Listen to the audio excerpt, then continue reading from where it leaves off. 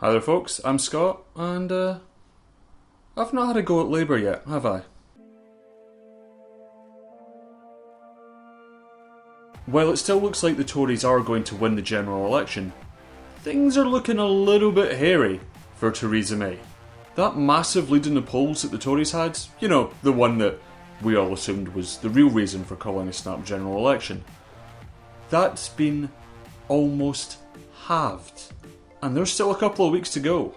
More distressingly for the Tories, Jeremy Corbyn's personal ratings are on the rise, whereas Theresa May's are in decline. Now, considering a huge pillar of the Tories' campaign is saying that Jeremy Corbyn's useless and can't do things, that's got to be a big worry. Meanwhile, the Labour manifesto has a lot of ideas that don't make me want to set myself on fire, such as renationalising railways or getting rid of zero-hour contracts. The truth is that, at a glance, I can't be mad at it.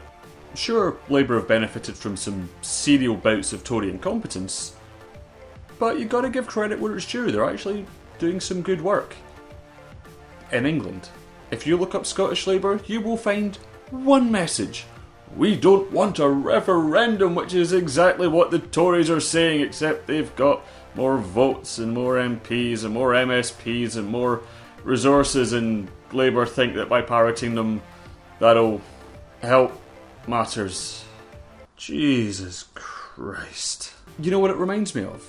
It's kind of like when a new console comes out, and you gotta put games on the new one, but you kinda gotta put games on the old one as well, so you get two different versions. You know what? I'll sum up that seamless link visually. Here's Mortal Kombat on the Mega Drive.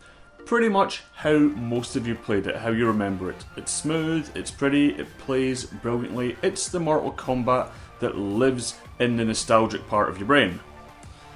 Now, here's Mortal Kombat on the Mega Drive's predecessor, the Sega Master System. I mean, it kinda looks like Mortal Kombat, and it kinda plays like Mortal Kombat, and in a way it's a miracle that it even exists, but it's just not right, it's just not the same.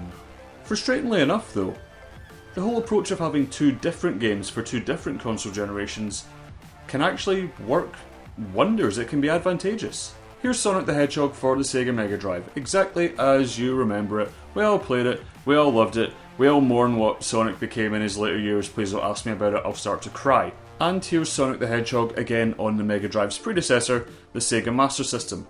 It's not the same game. What they did was they took the core elements of what made Sonic Sonic, they found out what they could do, they found out what they couldn't do, and they just designed a whole new game based on the strengths and weaknesses of the Sega Master System. And you know what?